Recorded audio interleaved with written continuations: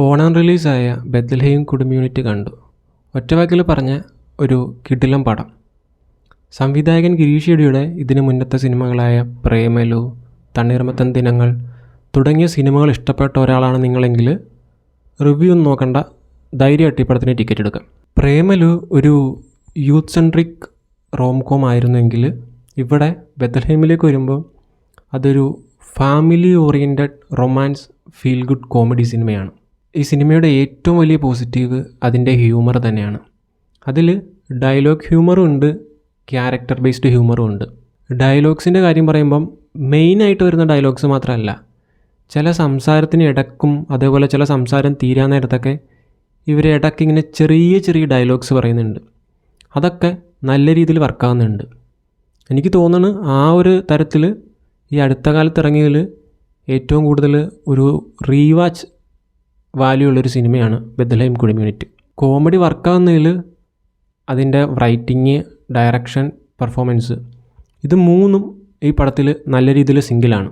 റൈറ്റിങ്ങും direction സ്റ്റൈലും ഒക്കെ നോക്കുകയാണെങ്കിൽ നമ്മൾ പ്രേമലുവിൽ കണ്ട അതേ ഒരു ഫോർമുല തന്നെ അത് പുതിയൊരു കഥയിലേക്ക് കുറച്ചുകൂടെ മികച്ച രീതിയിൽ എടുത്തിട്ടുണ്ട്.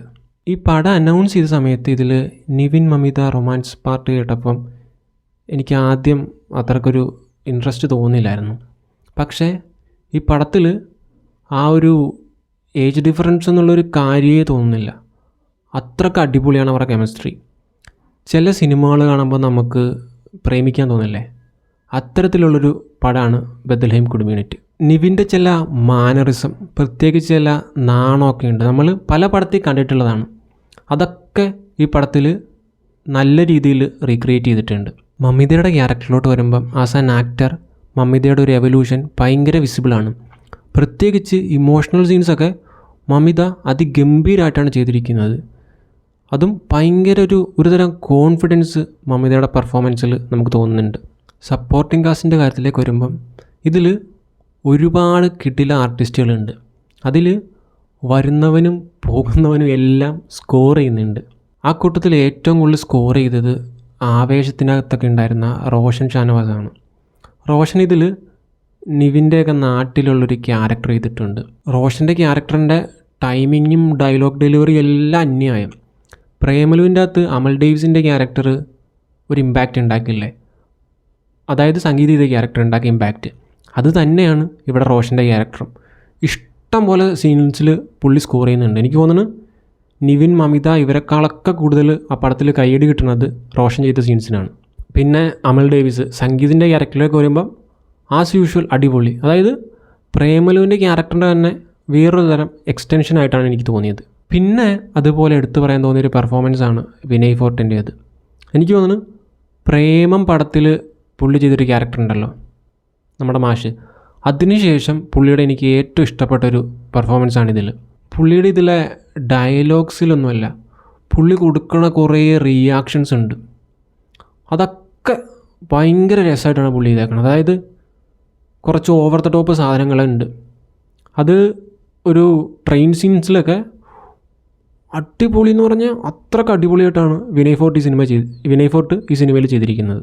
പിന്നെ ഇതിൻ്റെ ടെക്നിക്കൽ സൈഡിലോട്ട് വരുമ്പം എനിക്ക് കുറച്ച് ഇൻട്രസ്റ്റിംഗ് ആയിട്ട് തോന്നിയത് ആകാശ് ജോസഫിൻ്റെ എഡിറ്റിംഗ് ആണ്. ഈ പടത്തിൽ കുറച്ചധികം മൊണ്ടാജ് സീനുകളുണ്ട്. അതായത് കുറേ സ്റ്റോറി ടെല്ലിങ്ങിൻ്റെ നല്ലൊരു ഭാഗം കുറേ പാട്ടുകൾ ഇങ്ങനെ കുറേ ചെറിയ ചെറിയ സീൻസിൽ കട്ട് ചെയ്ത് പോകുന്നുണ്ട്.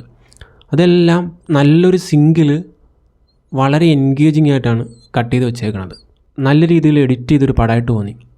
പ്രത്യേകിച്ച് ആ പടത്തിൻ്റെ പേസ് എവിടെയും ലോസ് ആവണില്ല.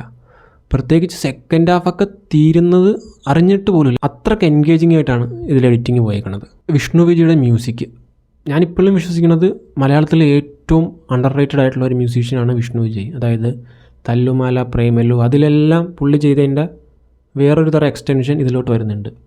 അതിപ്പം BGM ആയാലും പാട്ടായാലും പടത്തിലേക്ക് പുള്ളിയുടെ വക ഒരു യുണീക്ക് ഫ്ലേവർ കൊണ്ടുവരുന്നുണ്ട്. പിന്നെ പറഞ്ഞു വന്നു കൊടുത്ത് പറയാൻ വിട്ടുപോയൊരു പെർഫോമൻസ് ഉണ്ട്.